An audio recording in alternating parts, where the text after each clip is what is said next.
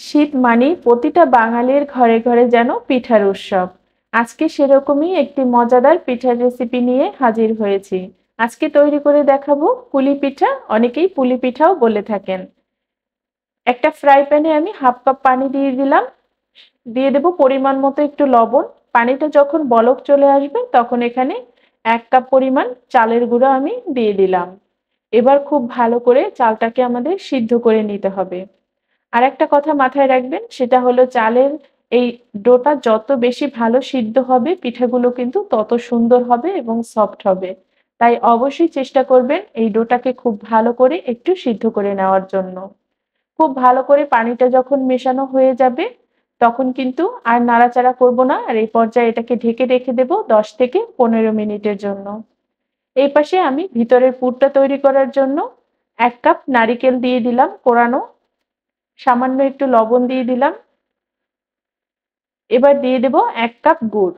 আর মিষ্টিতে কিন্তু লবণের পরিমাণ একটু কমই প্রয়োজন হয়, আর দিলে কিন্তু বেশ ভালো লাগে। সাথে ৩ টা সাদা এলাচ দিয়ে দিলাম, ২-৩ টুকরা দারুচিনি দিয়ে দিলাম। এতে করে খুব ভালো একটা ফ্লেভার আসবে। এবার খুব সুন্দর করে আমরা পুরটাকে তৈরি করে নেব। গুড়টা যদি অরিজিনাল হয় তাহলে কিন্তু আপনার পিঠাটা খেতে ভীষণ ভালো লাগে। এবার খুব ভালো করে আমরা গুড়ের সাথে নারিকেলের মিশ্রণটাকে মিশিয়ে নেব।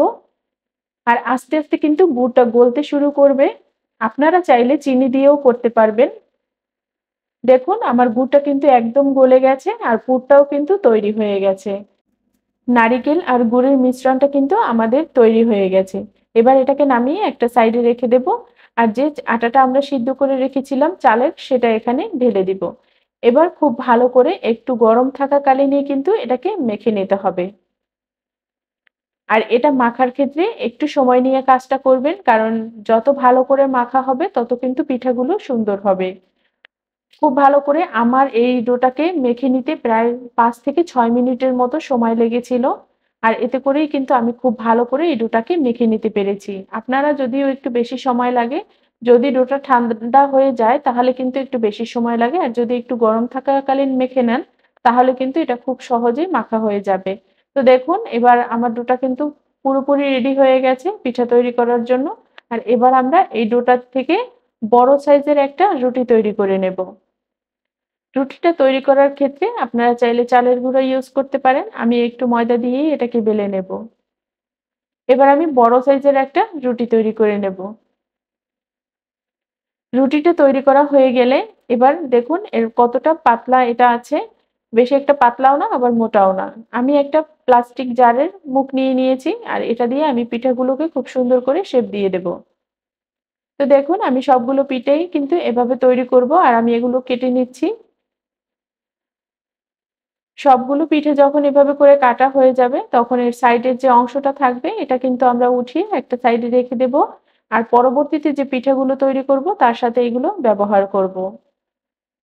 এবার আমি এইগুলোকে একটা সাইডে রেখে দেব, কারণ সবগুলো পিঠে যেহেতু আমি একবারে তৈরি করছি না, তাই একটু সময়ের জন্য হলেও কিন্তু এটা উপরটা ড্রাই হয়ে যাবে। তাই আমি একটা ভিজা টাওয়াল দিয়ে এটাকে ঢেকে রেখে দেব। আর আমি একটা পিঠা আপনাদেরকে তৈরি করে দেখিয়ে দেব। তো দেখুন আমার গুড় আর নারিকেলের মিশ্রণটা এবার পিঠার উপরে দিয়ে দিলাম।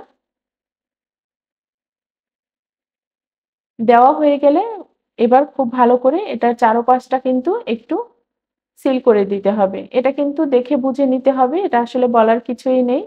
দেখুন খুব ভালো করে এটার সাইডের মুখটা যখন বন্ধ করে দেওয়া হয়ে যাবে, চাইলে এ পর্যায়েও কিন্তু আপনারা পিঠাটা ভেজে নিতে পারেন। অনেকেই এরকমও পুলি পিঠা তৈরি করে। কিন্তু একটু ডিজাইন করার জন্য আমি একটা কাঁটা চামচ দিয়ে ডিজাইনটা করে নিচ্ছি। এভাবে ডিজাইনটা করার পরে কাঁটা চামচের অপর পাশ দিয়ে সামান্য একটু একটু করে চাপ দিলে কিন্তু খুব সুন্দর একটা ডিজাইন তৈরি হয়ে গেল। দেখুন কত সুন্দর লাগছে না ডিজাইনটা? এবার আমি আপনাদেরকে আরো একটা পিঠা তৈরি করে দেখিয়ে দিচ্ছি। আবারও আমি গুড়ের মিশ্রণ দিয়ে দিলাম। আর একটু বেশি করে দিবেন, এতে করে পিঠাটা খেতে কিন্তু ভীষণ ভালো লাগে। আবারও চারপাশটা এরকম করে সিল করে দিতে হবে। আর একটা কাঁটা চামচের সাহায্যে আমি ডিজাইনটা করে নেব।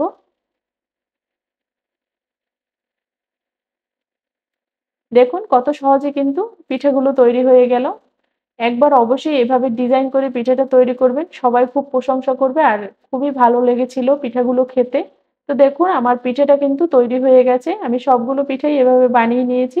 আর এবার এই পিঠাগুলোকে ভাজার পালা। চলুন তাহলে দেখে নিই কিভাবে এই পিঠাগুলো ভাজবো। এখানে আমি আগেই একটা কড়াইতে তেল প্রিহিট করে রেখেছিলাম। আর পিঠাগুলো এবার গরম তেলে একদম গরম, গরম তেলে কিন্তু পিঠাগুলো ছেড়ে দিতে হবে। আর গরম তেলে পিঠা ছাড়ার পরে আঁচটাকে একটু কমিয়ে দিতে হবে। এ পর্যায়ে দেখুন আমার পিঠাগুলো কিন্তু কত সুন্দরভাবে ভাজা হয়ে যাচ্ছে। আর পিঠাগুলোকে হাত দিয়ে একটুও ধরতে হবে না। শুধু একটু উপর থেকে নাড়িয়ে দিবেন। এভাবে করে পিঠাগুলো সব কিন্তু একই সাইডে সেম ভাবে কালার আসবে। অনেকেই আছেন পিঠাটা আপনারা এক পাশ বেশি ভাজেন আর এক পাশ একটু কম ভাজেন, তাহলে কিন্তু পিঠাগুলো ভালো লাগে না। দেখুন কতটা পারফেক্ট হয়েছে পিঠাগুলো। আর এভাবে করে কিন্তু আমি সবগুলো পিঠাই ভেজে নিয়েছি। আমি পরবর্তী পিঠাগুলোও দিয়ে দেব। দিয়ে খুব সুন্দর করে পিঠাগুলোকে ভেজে নেব। আর এই পিঠাগুলো খুব গরম তেলেই কিন্তু ভাজতে হবে। এতে করে বেশি একটা সময় লাগে না। ২-৩ মিনিটের মধ্যেই পিঠাগুলো খুব সুন্দরভাবে ভাজা হয়ে যায়। বাকি পিঠাগুলোও আমি এভাবে ভেজে নিয়েছি। এবার আপনাদেরকে একটু পরিবেশন করে দেখিয়ে দিচ্ছি যে কতটা সুন্দর লাগছে পিঠাগুলো। বাহ! পুলি পিঠাটা অপরূপ হয়েছে দেখতে যেমন, খেতে কিন্তু ভীষণ লাগে।